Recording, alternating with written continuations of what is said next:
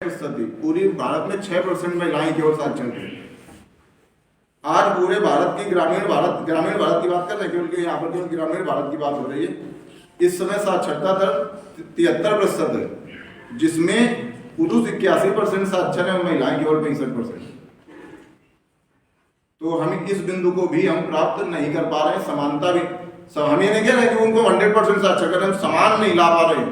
समानता होनी चाहिए। अगर चलो पुरुष 50% साक्षर है तो 50% महिलाएं भी साक्षर हो, तो चलो एक समस्या है कि साक्षरता कम है, पुरुष भी कम साक्षर हो पा रहे हैं, महिलाएं भी, पर पुरुषों की साक्षरता दर ज्यादा है ग्रामीण क्षेत्रों में और महिलाओं की कम है।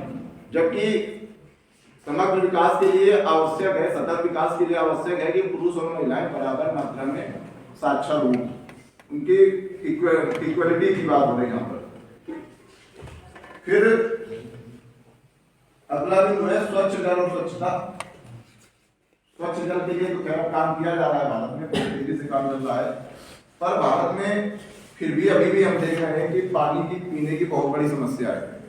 पीने योग्य पानी भारत में बहुत ज्यादा स्थिति खराब है, और इसलिए भी खराब हो रही है क्योंकि आगे आने वाले समय में हमको लगता है और ज्यादा खराब होगी। जो जिस दृष्टिकोण से हम देख रहे हैं, पानी बहुत कम होता चला जा रहा है, पानी का बहुत ज्यादा दुरुपयोग हो रहा है। दुरुपयोग कैसे?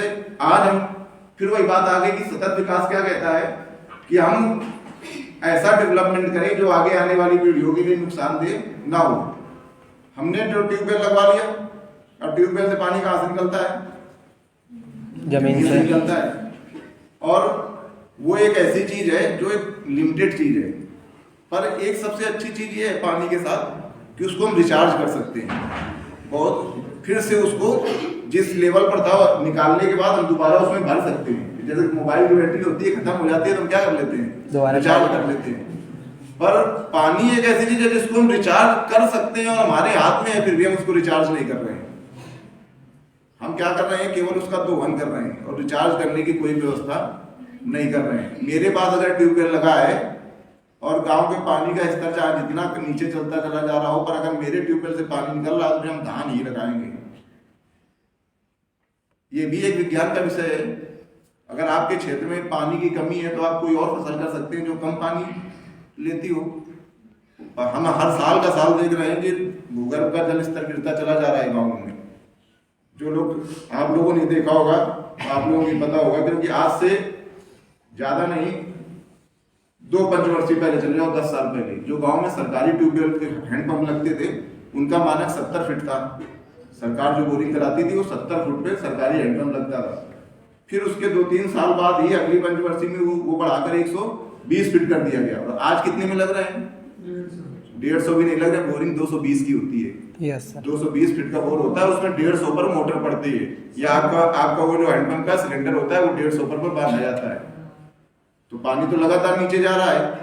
ये भी तो साइंस का विषय, विज्ञान का ही विषय है। हम गांव के लोगों को जागरूक कर सकते हैं इस विषय में पानी के लिए कि पानी का दुरुपयोग ना करें। और अगर दुरुपयोग तो हम नहीं कहेंगे, पर अगर हम जितना उपयोग कर रहे हैं उसको उतना रिचार्ज तो कर दें। तालाब थे, हमने तालाब खत्म कर दिए। पानी जहां रुकने का साधन था उन पर हमने कब्जे कर लिए। तो कुछ वैज्ञानिक तरीके से हम रिचार्ज करने की व्यवस्था कर सकते हैं। आप अपने कॉलेज में देखना, यहाँ पर बना हुआ है, कुछ लोगों को जानकारी होगी। जैसे आप लोग जहाँ प्रेयर करते हो वहां पर एक गड्ढा सा बना, उसके ऊपर 2 पट्टियां रखी हुई है।